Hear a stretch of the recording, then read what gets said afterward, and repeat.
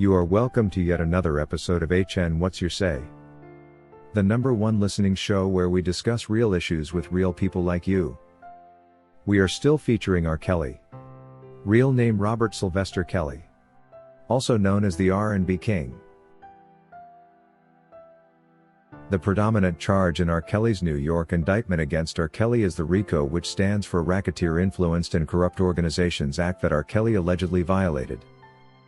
This is largely the biggest contributor when it comes to his 30-year sentence he must serve before having the possibility of supervised release, according to Brooklyn federal judge Ann Donnelly. However, when you look at the arguments the government made to support the RICO violation allegations, they simply don't hold much water. Almost every celebrity in Hollywood needs a management team to promote them and their product, which for R. Kelly was his music. To achieve efficiency, every celebrity will have managers, private security guards, drivers and runners, in addition to professionals such as lawyers and photographers. R. Kelly was not unique and therefore had all these resourceful individuals on his team. Some of his assistants' basic roles were to deliver his messages, to book his travels, and to make sure his baggage was packed on time for his trips. And of course, when they booked his flights, they also booked whoever he was traveling with without necessarily demanding to know the purpose of the trips, since most times they actually knew he had tours in the destination states where he had to perform. Unfortunately, these are some of the events the government is trying to use to justify their claims that R. Kelly operated a RICO enterprise, but surely, this does not in any way justify the RICO theory or prove the existence of a criminal enterprise, as should be before the RICO charges can apply to any case. According to government, R. Kelly's staff allowing fans backstage to speak with R. Kelly was racketeering, and also helping them exchange phone numbers with the singer was still racketeering. The government also adds that R. Kelly's staff packing his bags before he went on trips to other states and countries was also a part of the alleged racketeering. This is rather an insane way to describe crime. People doing their job has never been a crime, especially when their acts are not in violation of the law of this land. When R. Kelly's assistants booked his travels and those of his companions in time and made sure he was always packed up, they committed no crime, for they were doing their job, which they were mandated to do. And besides, R. Kelly's attorney Jennifer Bonjean did clarify that in fact no underage women was booked onto a plane by R. Kelly's staff. All were of age to travel unsupervised, considering in their states, they were considered adults and above the ages of consent. If those who allowed fans backstage had invited them suggesting they were underage and suitable for fulfilling R. Kelly's sexual desires, this would be racketeering. But according to the testimonies at trial, none of R. Kelly's staff asked to know their respective ages or suggested any such thing when they spoke to these accusers. And also important to note, none of them accused any of R. Kelly's staff for any form of abuse. And during one important interview, Azriel did make it clear that she never encountered any problems with his workers, and that it was only R. Kelly who allegedly abused her.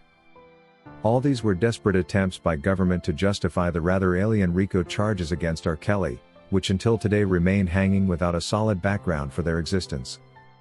In fact, we may be right to describe these charges together with the Mann Act violation allegations as a nuisance of accusations.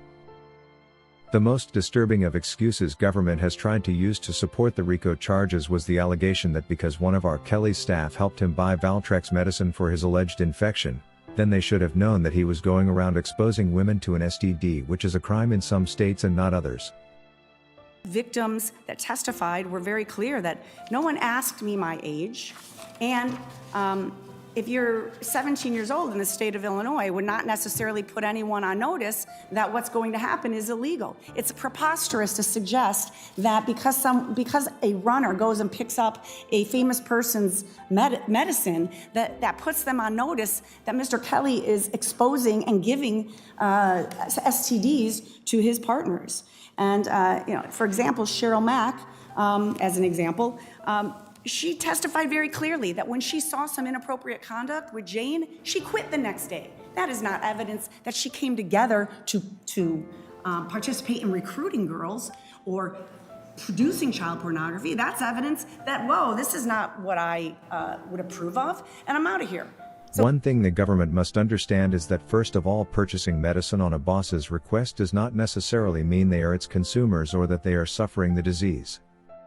And even if someone knew this for sure, it doesn't necessarily make them aware that their boss is going around spreading the infection to multiple women.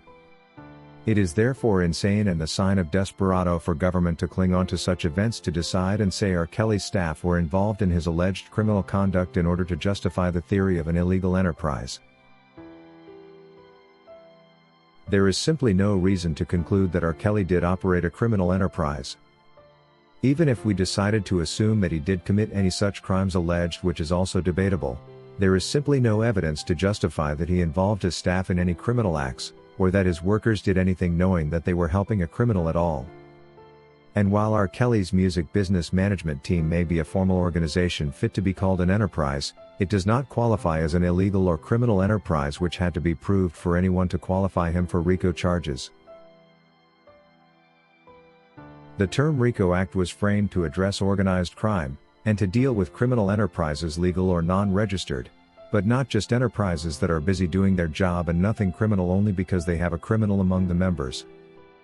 This is Bonjean's argument, and while the appeal court judges may pretend not to understand her, the common average American can understand this simple explanation, and this is what beats our understanding.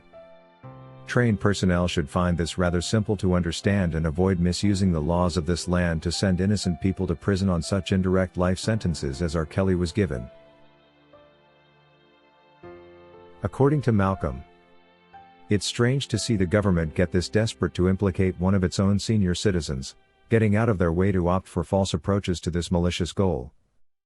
We are made to think that perhaps our government is now available for hire by anyone who has a mission to destroy another. Just how can such an institution stoop too low to a point where even the appeal judges cannot seem to understand why some of the charges did appear on the charge sheet? Why would it even require a serious discussion such as this one to sensitize the government that an employee picking up their boss's medicine is not illegal, and does not necessarily make him part of any crimes committed in relation to spreading the disease in question?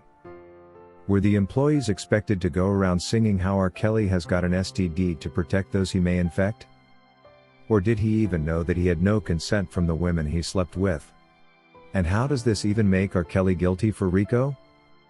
It's a shame it's taxpayers' money being used to destroy the life and career of a fellow citizen for no good reason.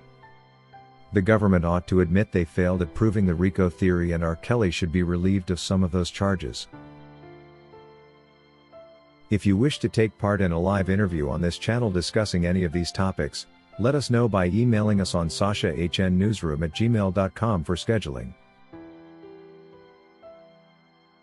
That is all we had for you today on HN What's Your Say? To keep updated whenever we post a new video, subscribe to this channel now. Also remember to hit the bell icon and enable notifications. And feel free to share your opinions with us in the comment section below, and let us know if you would like us to publish your views in our next release. We value all our subscribers' opinions.